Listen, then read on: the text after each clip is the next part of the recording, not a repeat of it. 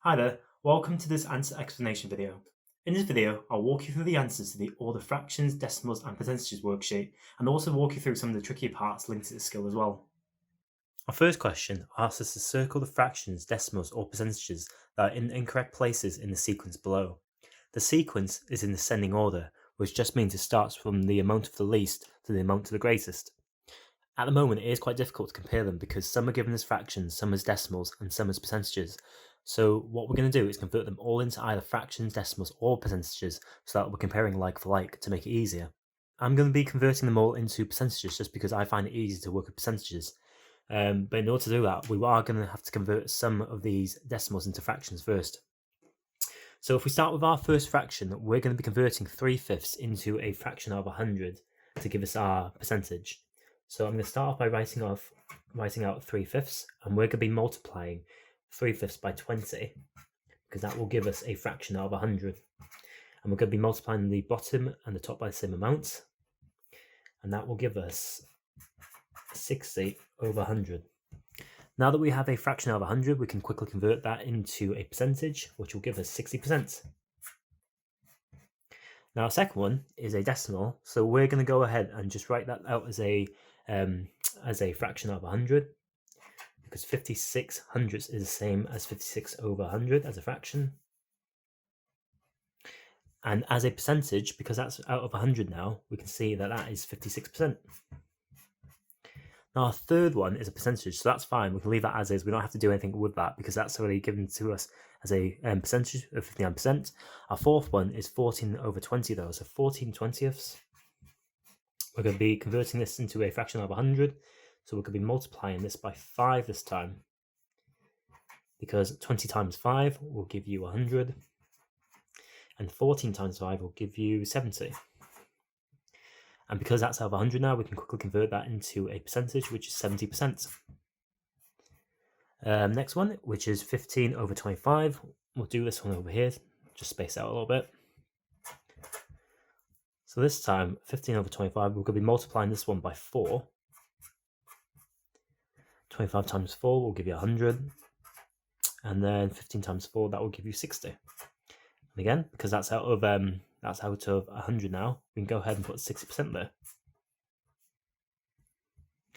Right, so next one is 0.625. Now, if we just wrote that down as 625%, that would be 625%, which is incorrect. So what we can do is take 0.625 and multiply that by 100, because we are trying to find out of 100. And that will give us 62.5. So it'll be 62.5%. Let's see, next one is 80%, so that's fine, we can leave that as is. And the last one is 87.5%, which again, we can leave as is. So now that we've converted all our fractions, decimals, percentages into a percentage, we can quickly see which one is in the incorrect place. So straight away, I can see that our first fraction, 3/5, is 60%. Now that's actually more than 0.56 and 59%, so that one's in the incorrect place. So I can go ahead and circle that fraction because that's incorrect. Now 14 20ths, that's 70%, which is more than 56. Yeah, 56% and 59%. So that's fine.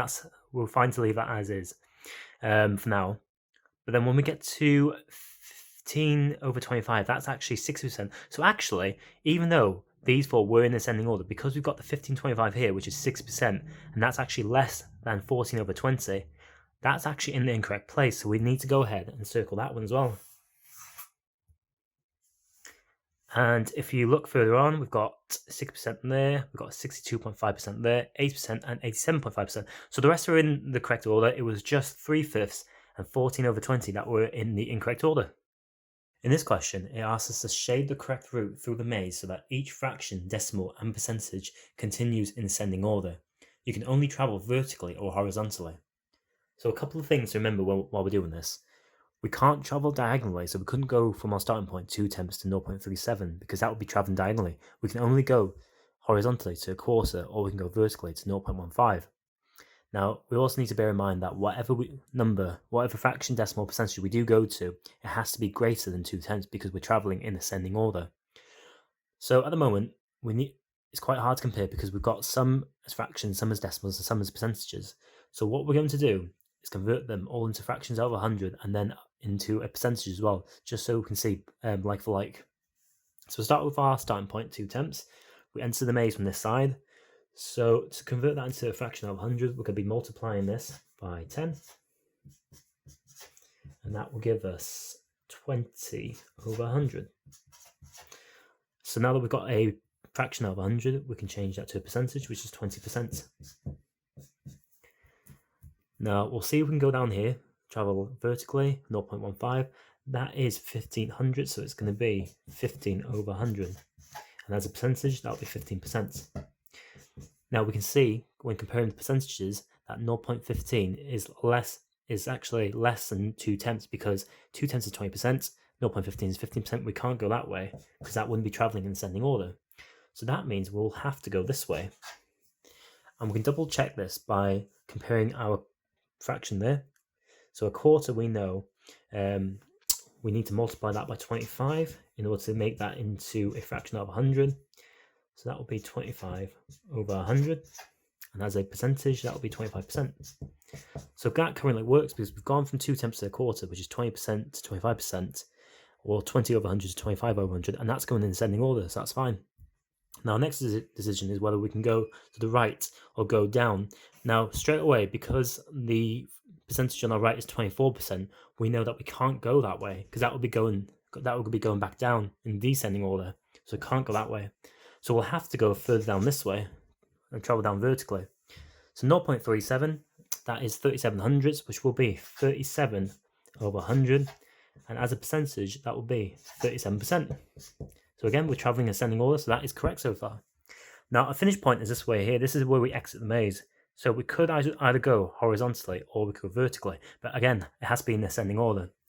We'll try vertically first to see if that works. So 6 over 20, we need to multiply this by 5 to make it into a fraction over 100. So that will give us 30 over 100. And as a percentage, it'll be 30%.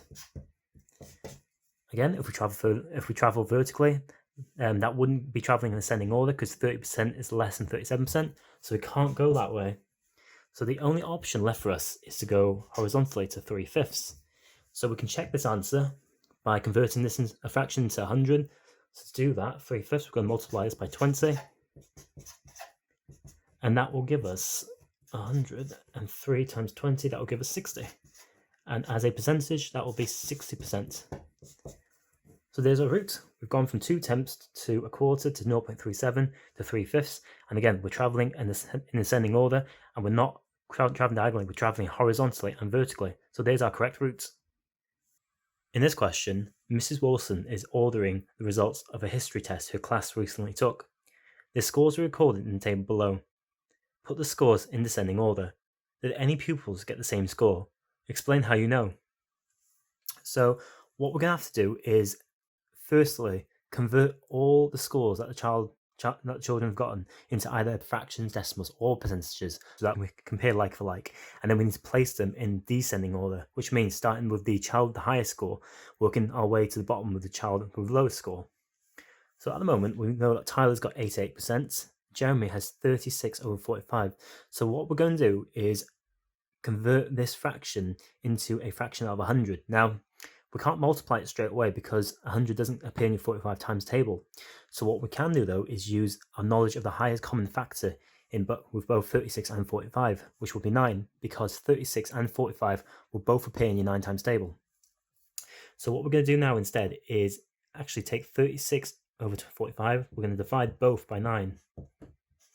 And when we do that and simplify our fraction, that will simplify down to 4/5. So now that we've got that, we can actually go ahead and use our knowledge of our 5 times table to multiply it into a fraction of 100. So what we're going to do now is multiply this by 20, multiply that by 20, because 5 times 20 will be 100, and 4 times 20 will be 80, and that will equal 80%. So Shania, she's got 0.8, so 8/10. That tells us straight away that that will be converted into 80 over 100, which can be converted into 80%.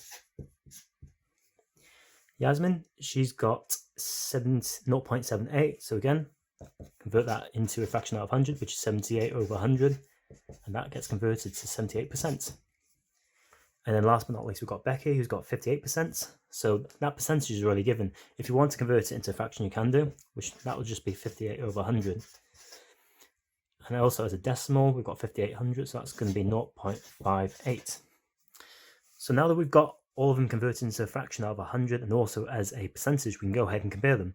So starting with the highest score, we've got Tyler at the top, who scored 88%. So he can go first. So our first place will be Tyler. Again, we're starting from the top because we're going in descending order. So starting from the child with the highest score. So Tyler comes first, and then next we've got either Jeremy and Shania. So actually, Jeremy and Shania, they've scored the same. They both scored 80%. So it's up to you which one you put first. I'm just going to follow this down. I'm going to put Jeremy, and then I'm going to put Shania after that. And then the next one with the highest score is Yasmin. And then our last one is Becky, because she scored 58 over 158%, so she scored the lowest. So there's our correct order. So yes, the scores were actually in the correct order in the first place. That was the answer explanation video for the Order Fractions, Decimals and Percentages worksheet from Classroom Secrets, and I hope you found that useful. You can watch a video tutorial linked to the skill over at kids.classroomsecrets.co.uk, or you can access lots more resources linked to the skill over at classroomsecrets.co.uk.